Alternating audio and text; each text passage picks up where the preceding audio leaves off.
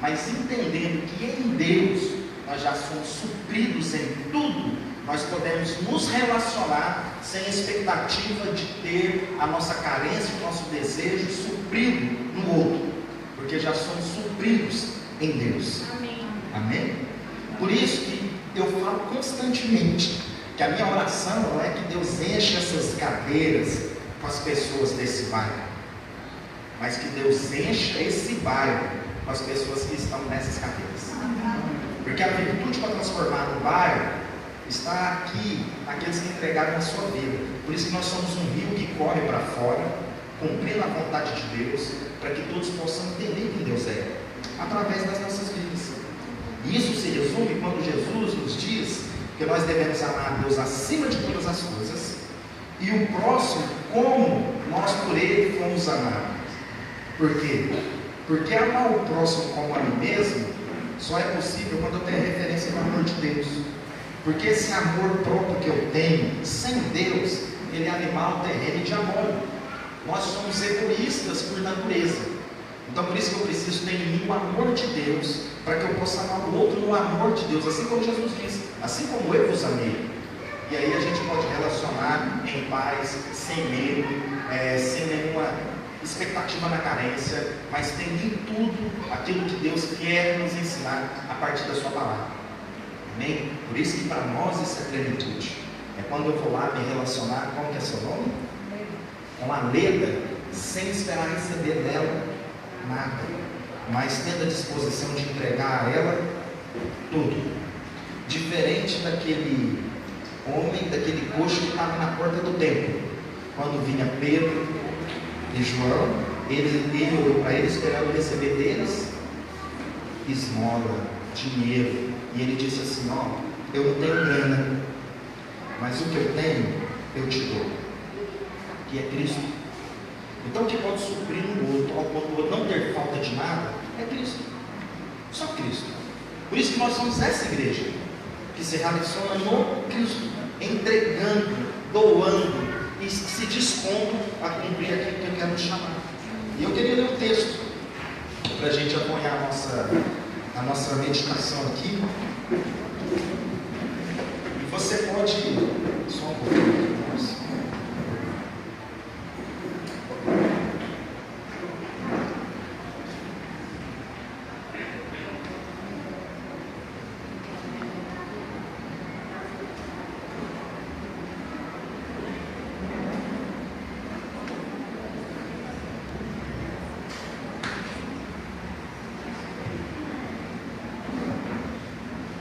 Se você quiser abrir comigo no livro de Atos, no capítulo 2, a partir do verso 42. Livro de Atos, capítulo 2, a partir do verso 42.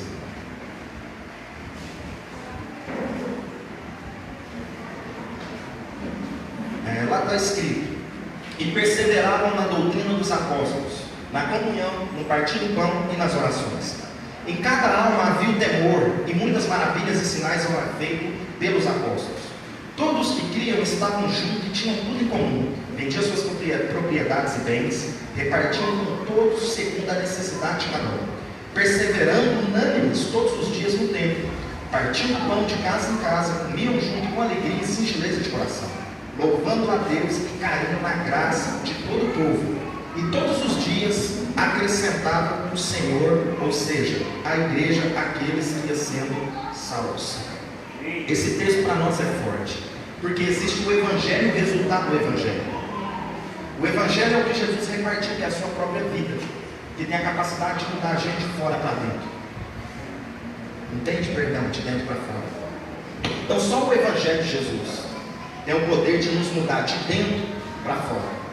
Porque as minhas práticas não mudam o meu coração, mas o meu coração transformado genuinamente pelo Evangelho muda as minhas práticas. Então não é só um aspecto comportamental do que eu faço, mas ligado diretamente a quem eu sou, na minha identidade. Por isso que existe uma identidade e um propósito para nós a ser cumprido como igreja.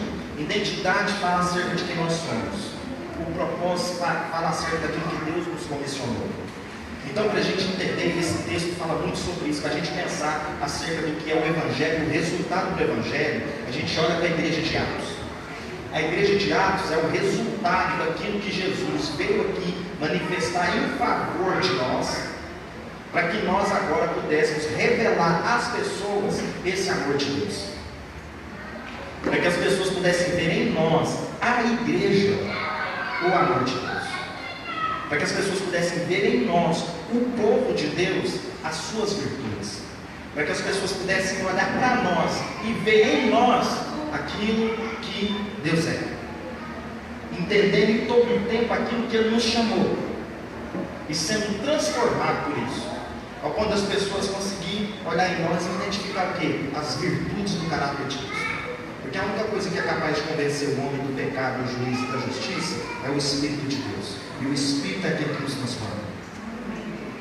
Então nós como igreja vamos conseguir cumprir esse propósito quando Cristo se revelar em nós, quando Ele se revelar em nós. E a igreja de Atos é essa igreja que Jesus após vinha. É interessante quando nós olhamos no ministério de Cristo, porque Jesus na cruz Ele se entregou em amor, mas na ressurreição Ele manifestou o poder. Na cruz Ele se entrega em amor, mas quando Ele ressuscita Ele se manifesta em poder, porque Ele chega e diz: toda a autoridade é minha, tanto no céu quanto na terra. Se toda a autoridade é de Cristo, nada lhe falta, e, ou seja, a nós também nada falta, porque Ele disse, a partir dessas palavras Ele nos comissionou a cumprir aquilo que é o nosso chamado e vocação. Aquilo que é o nosso chamado e vocação. Não é um vale e isenção de dificuldades. Servir a Deus não é um vale e isenção de dificuldades, desafios. Servir a Deus é ter a certeza e a convicção que mesmo passando pelo vale da sombra da morte, Ele está comigo. Nós vamos passar por muitos desafios nas nossas vidas, de variadas formas, de várias maneiras. Cada um vai ter o seu desafio. Contudo, é lembrar que Cristo é aquele que nos sustenta. Porque quando Ele ressuscita, Ele vem com as marcas. É interessante que as marcas lembram o quê? Tristeza, solidão, dor, e a própria Bíblia diz que a maldição, porque maldito seja todo aquele que for dependurado no madeiro. Então por que quando Jesus ressuscita, Ele ressuscita com as marcas? As marcas que aos olhos das pessoas poderiam lembrar o que é a humilhação, porque Ele foi humilhado. A solidão, porque Ele se sentiu só. A vergonha de, mesmo sendo um homem que falava a verdade, que não tinha motivo nenhum para estar sofrendo aquelas marcas, Ele se colocou naquela condição. A maldição, porque até a Bíblia diz que era maldição aquilo que Jesus estava se dispondo a estar sobre aquela condição por nossa causa. Por que então quando Ele ressuscita com essas marcas? Poderia ser uma pergunta para nós, poderia ser por que Jesus vem com as marcas? E ainda há um discípulo seu que diz que só acreditaria nele se tocasse nas marcas. Se fosse lá aquele ditado que a gente diz lá em Minas, no Goiás, a gente fala muito isso, não sei se aqui é de tipo assim: pisou na minha ferida, tocou na minha ferida. E foi exatamente o que Tomé disse, que para crer ele precisaria fazer. E Jesus falou: ó, melhor fosse se você não precisasse tocar para crer, mas quando você precisa, toca. Nas nossas vidas, pelo Evangelho, nós vamos ser marcados de muitas formas, de muitas maneiras, porque essas marcas, Jesus ressuscita com essas marcas para nos lembrar que a morte não foi capaz de parar. Aquilo que aparentemente poderia ser a marca da vergonha se tornou a marca da glória, porque agora ele lembra que a morte não para Jesus, que aquelas feridas nas mãos não foram capazes de parar Jesus, que a morte não foi capaz de parar Jesus, porque Ele venceu a morte. E nós vamos vencer a morte no dia a dia, quando a vida de Cristo se fazer presente nas nossas vidas. E ainda que pelo caminho nós vamos sendo marcados pelo Evangelho, sentindo dores na alma profunda, sentindo arrepios, tremores por dentro, a nossa vitória está em Cristo, porque é Ele que nos sustenta, é Ele que nos mantém. Então, meus irmãos, somos todos marcados. Somos marcados pelo Evangelho de Cristo. Só que isso é marca para a glória. Porque o Senhor quer glorificado por meio das nossas marcas. Porque as nossas feridas têm poder para curar. Porque as feridas têm poder para curar. As feridas que vamos carregando como igreja, no meio do caminho, têm poder para curar. Porque a virtude, a graça, o poder de Deus. Porque é poder e glória. Não guardar esse sentimento. O Saulo, quando a gente dá Damasco, literalmente ele cai do cavalo e encontra com Jesus. Ele tinha poder dado pelos homens para perseguir os cristãos. Mas após encontrar com Jesus, ele recebeu autoridade para ser perseguido em nome de Jesus e não ser ressentido. Porque muitas vezes as pessoas pensam que agora Deus vai castigar Saulo, porque ele perseguiu os cristãos, então Deus vai castigar ele agora ele sendo perseguido. Não é nada disso, meus irmãos. Jesus estava falando assim: Paulo, Saulo, você tinha poder dos homens para perseguir os cristãos, agora eu vou te dar autoridade para ser perseguido em meu nome, para que através da sua vida você saiba o que é sofrer pela causa do Evangelho de Cristo Jesus. Então essa é a autoridade de poder romper. E aí, como diz o apóstolo Paulo lá na frente, posso todas as coisas naquele que me fortalece. Que você passar pelo dia ruim e você também passar pelo dia bom. E nada disso muda a identidade de quem eu sou, porque a minha vida está em Cristo Jesus. Então, quando a gente vai olhando, e aí a gente vai olhando para essa igreja de Atos, e eu estou compartilhando tudo isso para a gente, eu costumo dizer que é o aqui e agora, para chegar no lá então, a gente precisa ficar claro para nós alguns aspectos, para que não haja crise nas nossas vidas, para que a gente saiba exatamente o que nós, como igreja de Jesus, fomos chamados para fazer, fomos comissionados a fazer.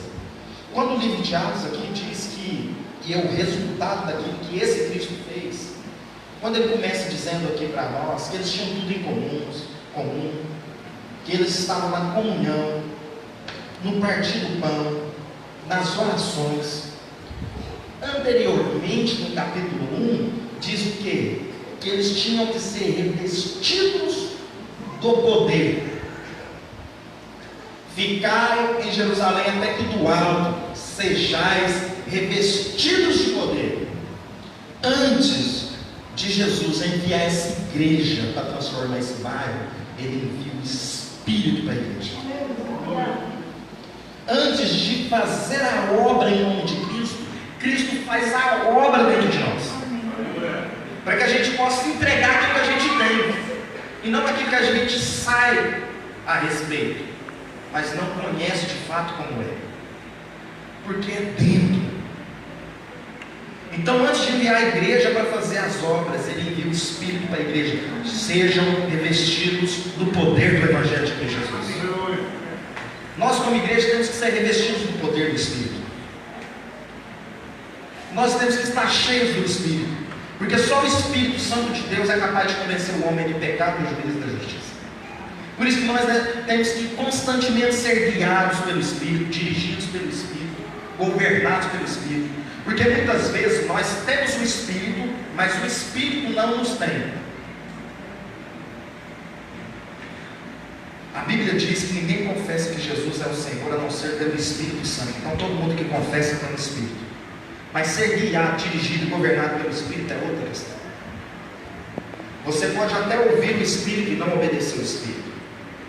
Você pode até ter o Espírito e não ser guiado pelo Espírito. É como alguém que está no carro dirigindo e de repente, dentro do carro, tem o GPS. E o GPS está dizendo, vire à esquerda e ele continua reto. Vire à direita e ele continua reto. Vire à esquerda e ele continua reto. Ele ouviu o GPS, sim ou não? Ouviu, mas não obedeceu. O GPS estava andando na rota certa, sim ou não? Sim, mas eu não queria obedecer. Então muitas vezes nas nossas vidas, sabe por que o carro ainda continua indo reto? Porque embora o GPS esteja falando, quem está governando e dirigindo o carro sou eu. Quando você entrar dentro do carro, que é Cristo que dirige, você não vai estar no banco do motorista, você vai estar no banco do passageiro. E a hora que o carro falar, a hora que a voz falar, vira à esquerda, o carro vai virar. Porque quem está no controle não é você, e sim o Senhor. Por isso que é possível ter o Espírito e não ser guiado pelo Espírito, ser dirigido e governado pelo Espírito. Entende, meus irmãos? Por isso que nós precisamos discernir que temos que ser guiados por esse Espírito. E aí quem é guiado pelo Espírito, quem sabe de onde vem para onde vai. Não é assim? Assim são todos aqueles que são guiados pelo Espírito. Nicodemos não entendeu essa questão. Tanto que ele questionou Jesus.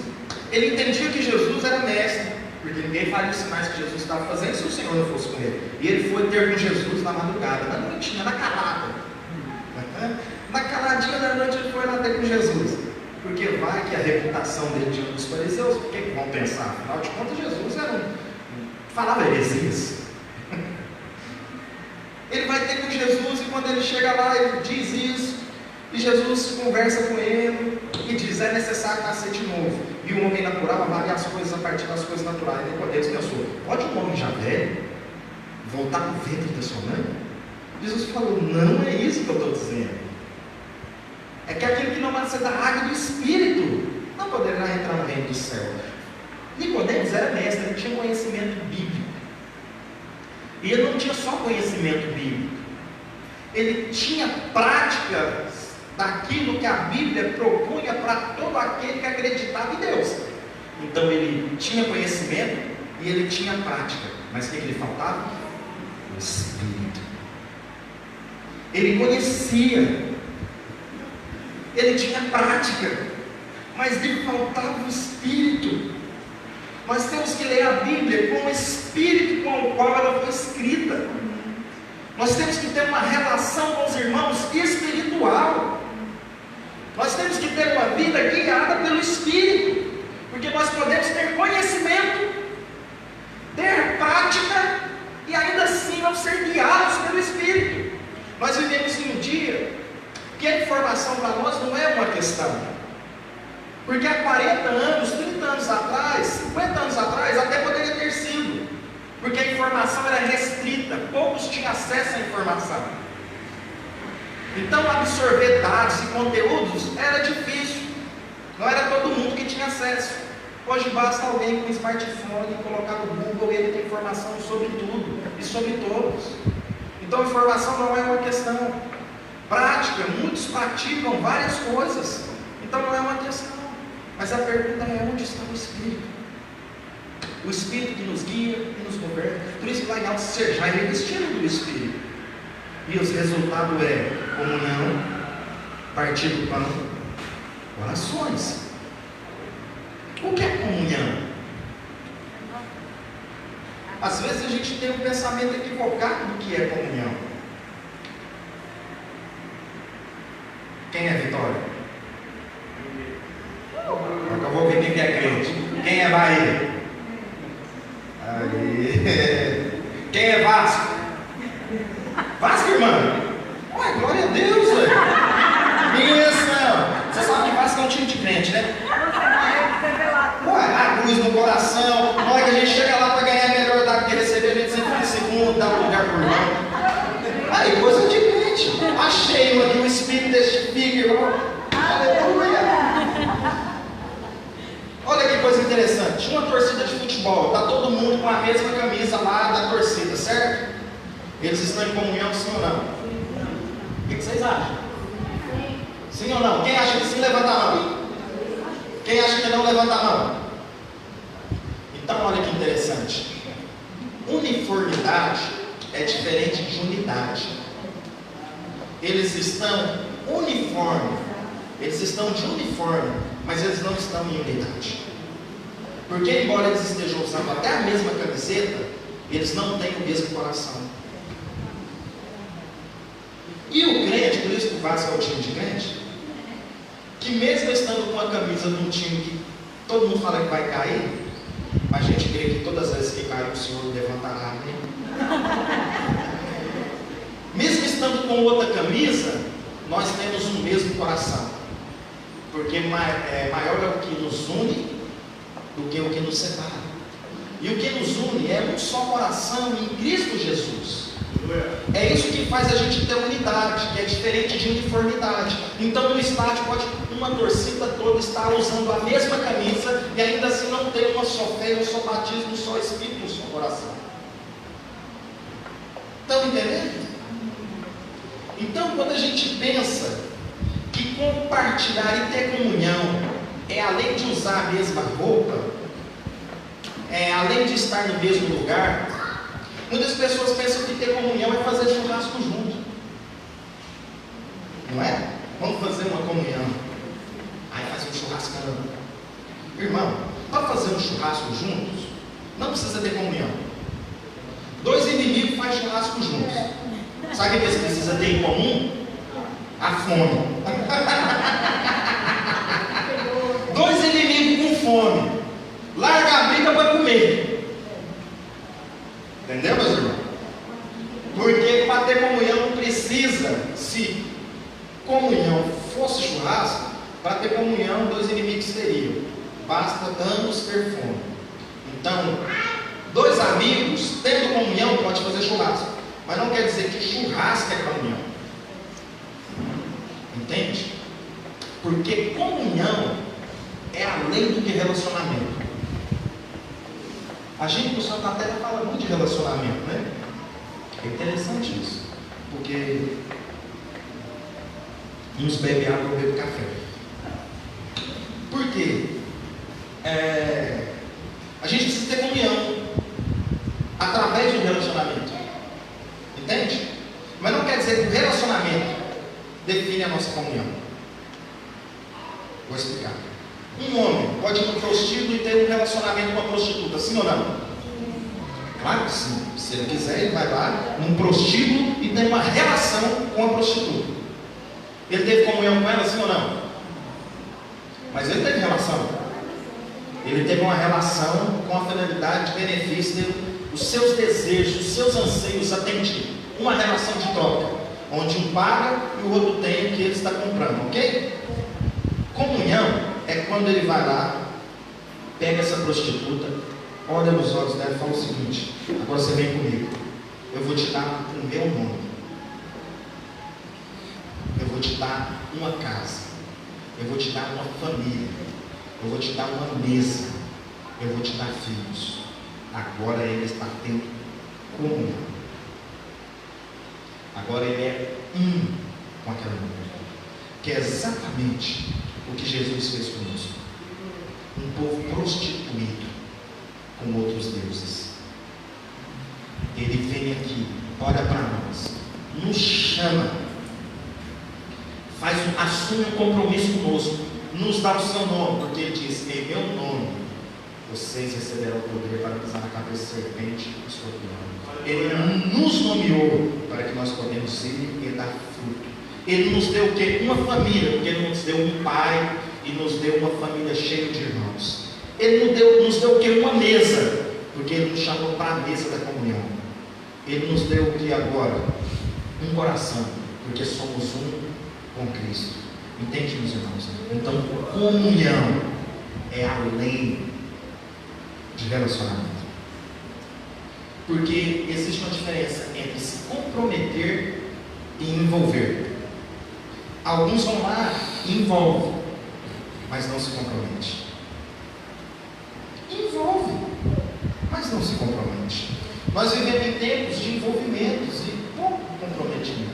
A pessoa diz assim: até onde eu posso me envolver para não precisar comprometer?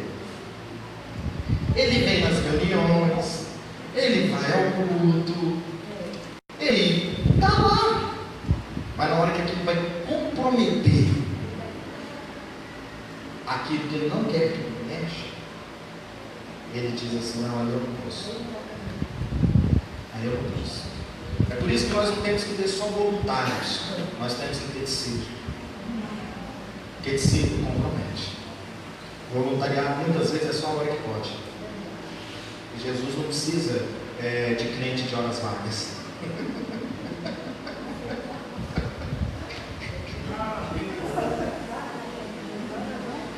Vocês me perdoam, meus irmãos, mas não tem jeito.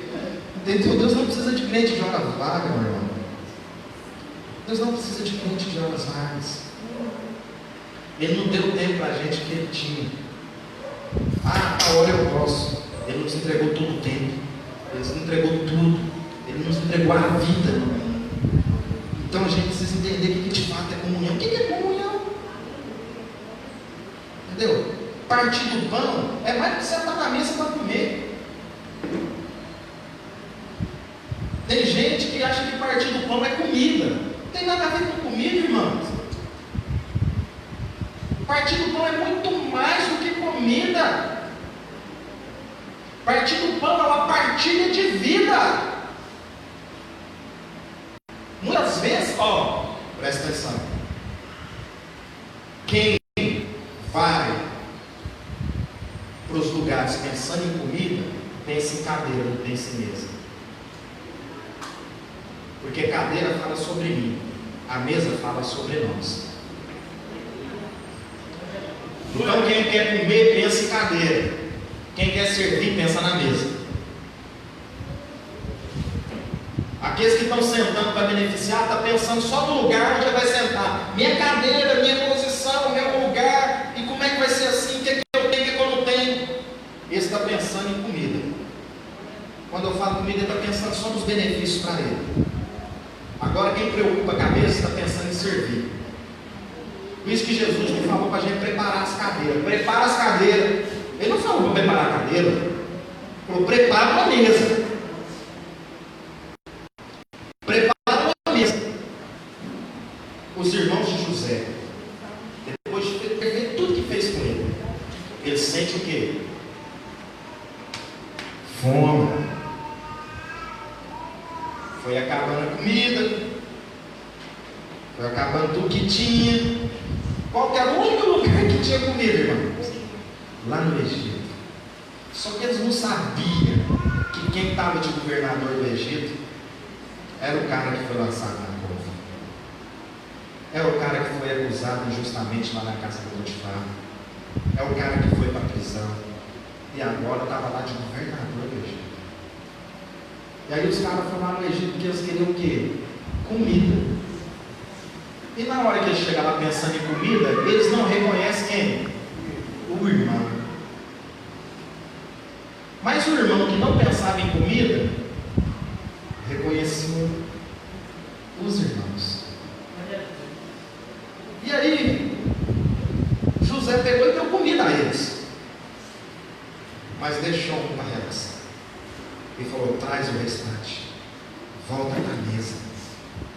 Eles foram e voltaram. A hora que eles voltaram, José chegou diante dos irmãos. Aonde? Na mesa. E na mesa ele começa a tirar as roupas, os trajes, e fala assim o seguinte: eu sou seu irmão.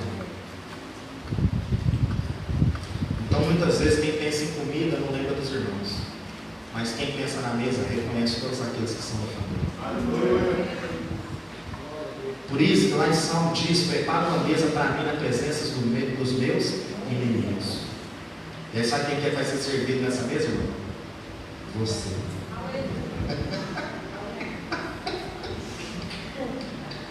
Quem vai ser servido lá na mesa é você, cara. Porque Jesus estava na mesa lá diante do traidor, e ele foi servido, porque ele falou: esse é o meu corpo. Como? Esse é meu sangue, beba. Sabe como que as pessoas vão provar de Jesus? Através da sua vida. Porque a partir de vocês vão desfrutar, vão comer de Cristo. Porque nós vamos ser servidos. Porque nós vamos ser entregues. Porque se ele diz que aquilo era o corpo dele, sabe quem está pertinho ali? O Sérgio. E aí agora as pessoas iam comer de Jesus através da vida do Senhor. Porque não só de pão vive o homem, mas de toda palavra que sai da boca de Deus. Por isso não é sobre comida, mas é sobre vida. E nas orações, comunhão, partir do pão, orações. A minha, em nome de Jesus. Anota aí. A minha oração não move a mão de Deus. Viu? Às vezes eu vejo até escrito aí no carro. A oração move a mão de Deus. A minha oração não move a mão de Deus. A minha oração me move segundo a mão de Deus que já está estendida para abençoar e não para amaldiçoar. A minha oração é para que eu esteja sensível para escutar a voz de Deus e cumprir a sua vontade em favor do povo. A minha oração não é bajulação para Deus. Eu não vou ficar aqui bajulando Deus, querendo convencer Deus da minha vontade. A minha oração tem que ser assim.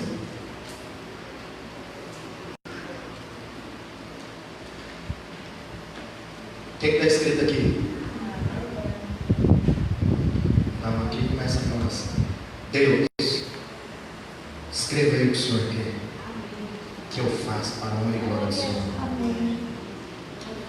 Assim deve ser a nossa oração.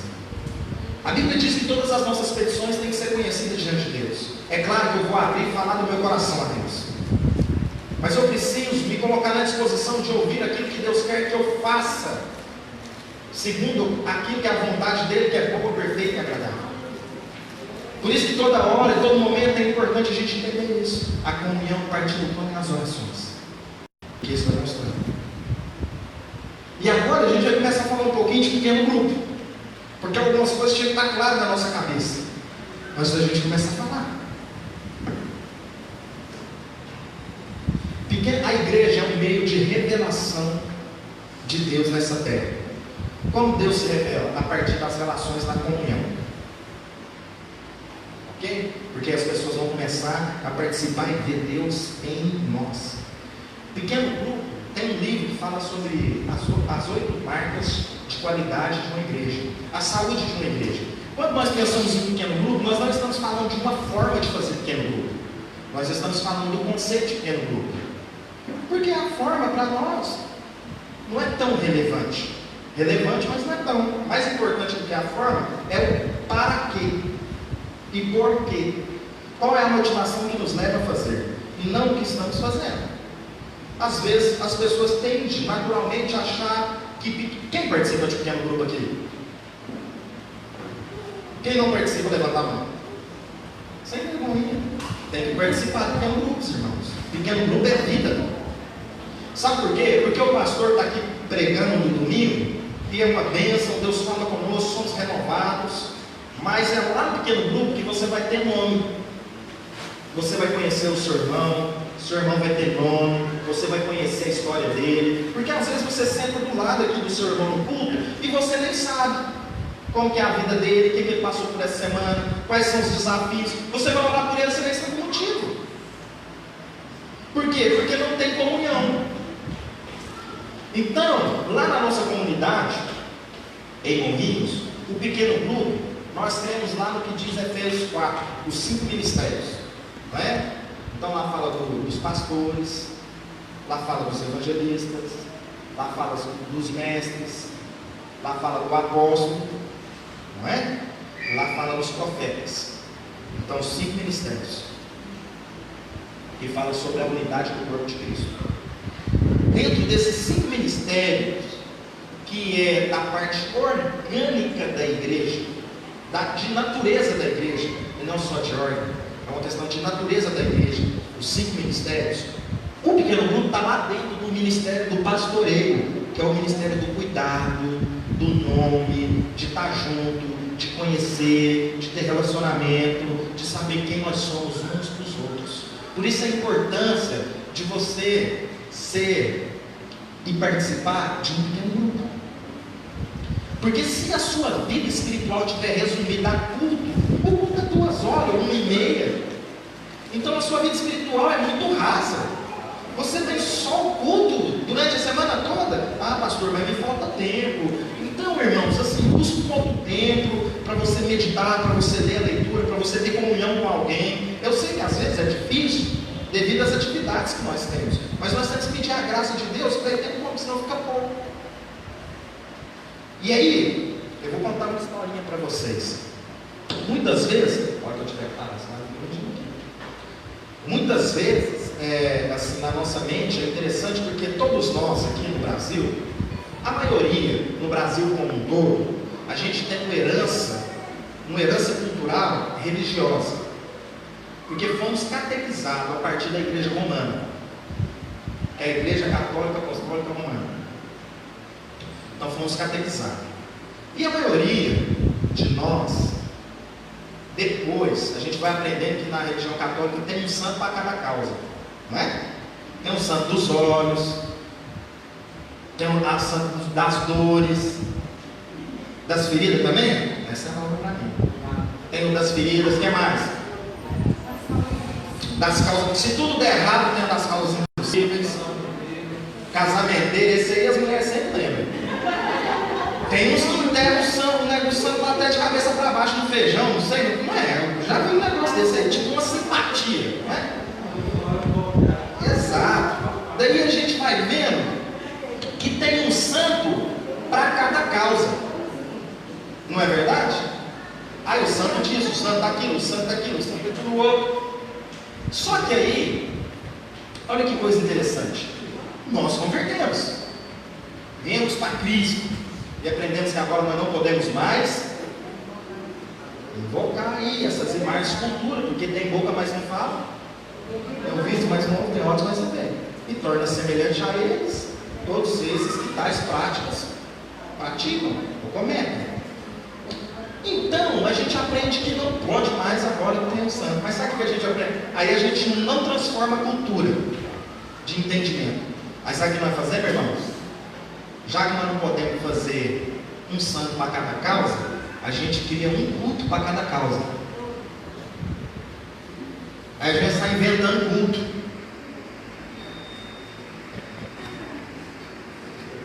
A gente vai inventando os 7 passos para ser feliz.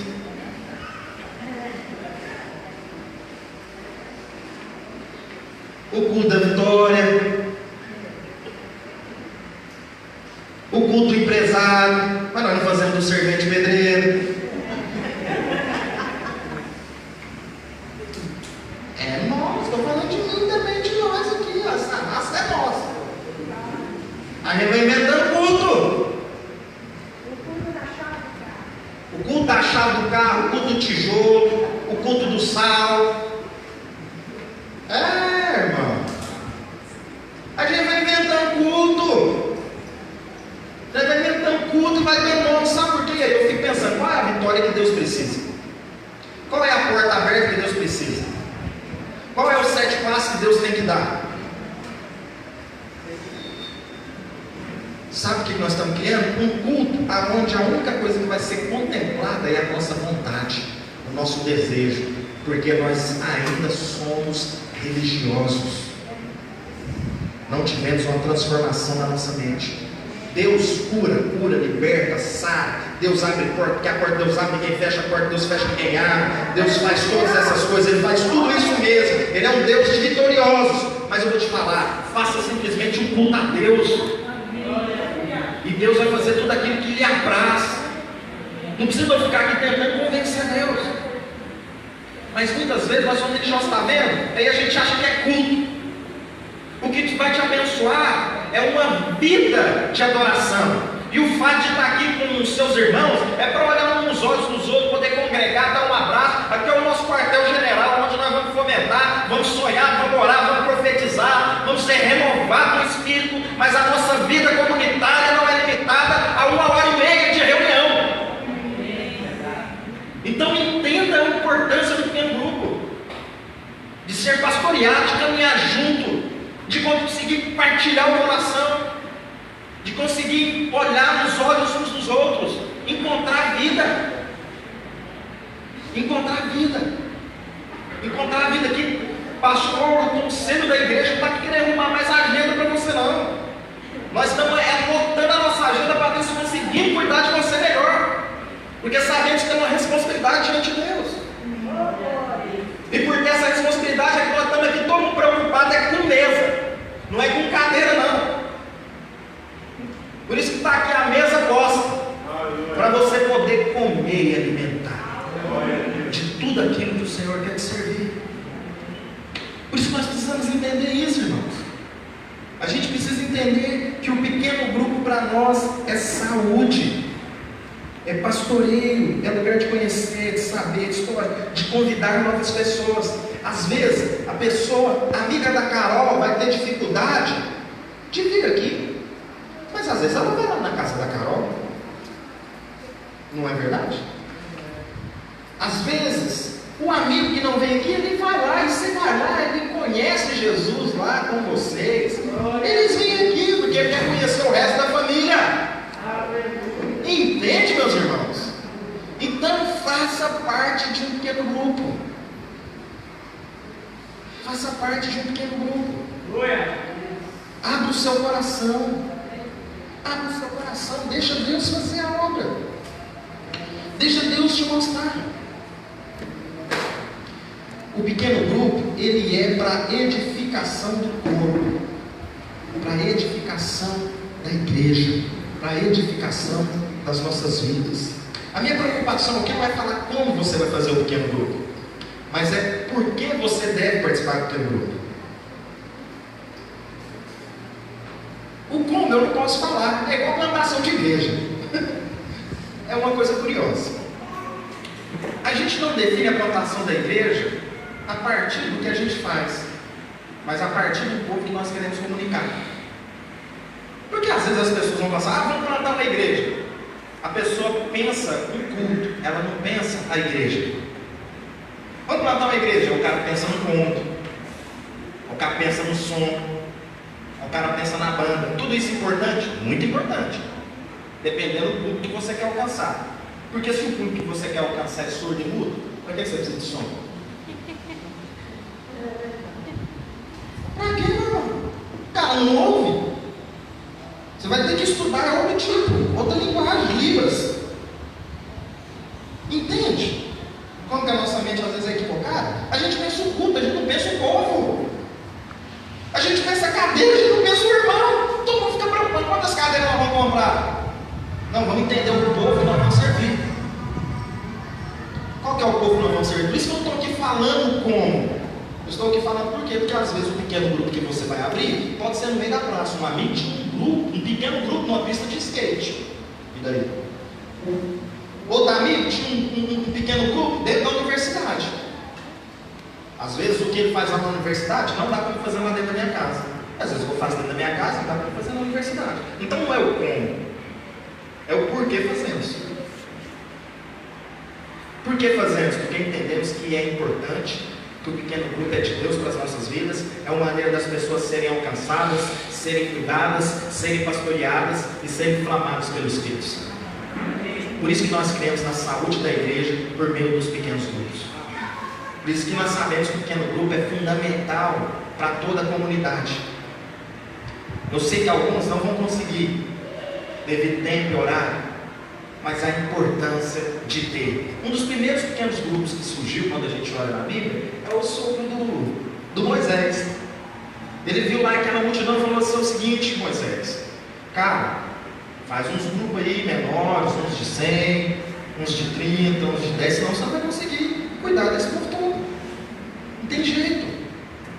Não tem jeito. Não dá para a casa pastoral cuidar de todo mundo. Que hora? Morre. Não dá tempo. Se essa igreja não entender que no pequeno grupo um cuida dos outros, nós não vamos avançar. Não vamos avançar. Não vamos avançar. O pastor tem muitos dons de Deus, mas vocês precisam manifestar o dom de Deus que é na vida de vocês também, para completar o corpo, para que a gente possa avançar mais. Por isso que nós cuidamos uns dos outros, por isso que nós aprendemos uns com os outros, e muitas vezes nós estamos omitindo o dom que Deus nos deu. Entende? Então, mais uma vez, a importância da gente, como igreja, entender que o pastoreio, o cuidado, que o pequeno grupo, estar junto, no compartilhar, na comunhão, no partir do pão e nas orações é extremamente fundamental para a saúde da igreja. Não tem como. Se a gente quer viver uma igreja saudável, é fundamental que todos nós sejamos cheios do Espírito Santo, vivemos em comunhão, no partir do pão e nas orações. Vamos ter uma palavra de oração, irmãos? Vamos ficar de pé em nome de Jesus, agradecer a Deus.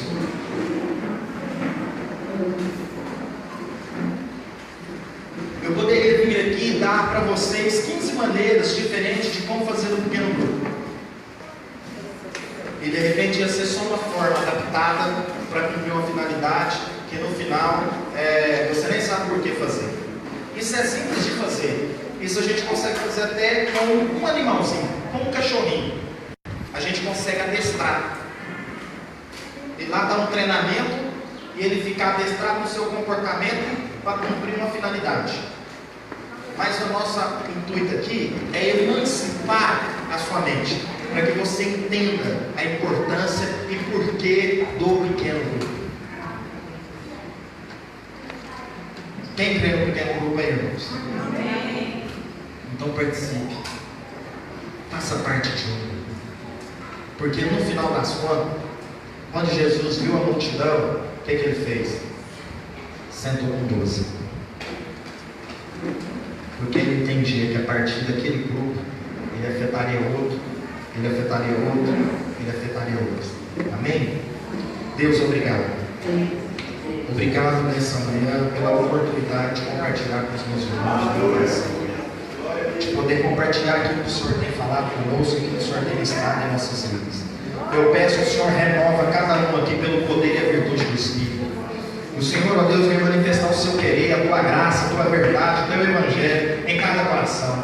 Que nós possamos ser esses que, como um rio, ó Deus, vamos sair daqui invadindo todo lugar, aonde quer que cheguemos, ó Pai, que ali se faça presente o poder e a graça do Senhor, para que as pessoas possam encontrar nas nossas vidas a verdadeira vida do Filho de Deus, que eles possam encontrar em nós, ó Pai, a água viva, Pai, derramada diretamente do trono do Senhor, que eles possam desfrutar, ó Deus, e serem transformados, porque o Evangelho do Senhor é como um rio que vai invadir a cidade. E nós cremos, ó Pai, que o rio é uma junção de muitas fontes, e aqui está cheio de fonte do Senhor, fonte do Senhor, fonte do Senhor. E essas fontes juntos, ó Pai, formam um rio, ó Pai, que vai alastrando para esse bairro, e onde ele passa, tudo aquilo que estava morto torna bebida, começa agora a ser curado, sarado, transformado, porque o Senhor vai invadindo, Pai. Então eu peço que através da vida dos meus irmãos, o Senhor possa fluir, ó Deus, e eles possam cumprir todo o propósito pelo qual o Senhor chamou, para a honra e para a glória do seu santo nome. Amém e graças a Deus.